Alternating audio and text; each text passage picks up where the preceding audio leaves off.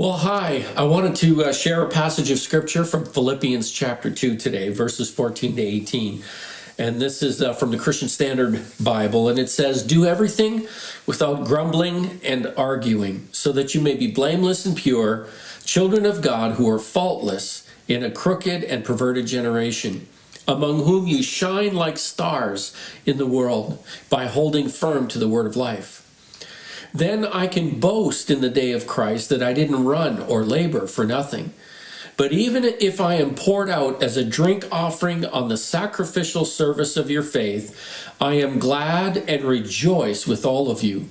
In the same way, you should also be glad and rejoice with me." So I want to start at the tail end of that passage. You see, the Apostle Paul is writing this to the Philippian church, and he's in jail while he's writing this. And he's saying that he could be facing, he talks about being poured out as a drink offering. He could be facing execution. He doesn't know the outcome of his trial situation yet.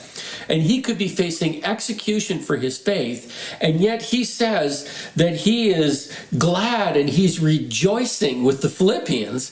And he invites them to be glad and to rejoice with him, which is really quite amazing given the circumstance that he was in at that time.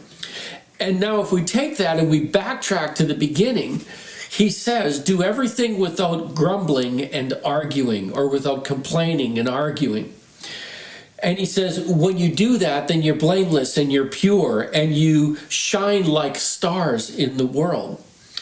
And it's important for us to realize that if somebody like the Apostle Paul, sitting in jail, not even knowing how much of his life he had left to live, being mistreated in all kinds of ways, could rejoice and be glad, I think he's in a position to be able to tell people who were not in jail, who are not undergoing that level of persecution, to tell them, hey, listen, do life without whining.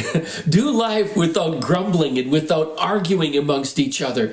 Because if you grumble and you argue, it actually makes your light dimmer. It actually brings an impurity in your life. And I really believe that there's a truth to that. If every time we're talking, we're whining and we're complaining, how does that shine the light of Jesus to the people around us? We should be people who shine the light of Jesus. And I want to encourage you to keep that in mind, both in your conversations, in your home, on your social media. You know, let's be a people who shine like stars in the world. Let's be a people who are pure and blameless. Let's be a people who know how to rejoice even in difficult circumstances, because I believe that God will really bless that, not only in our lives, but in helping us reflect Jesus to the people around us. Have a great day.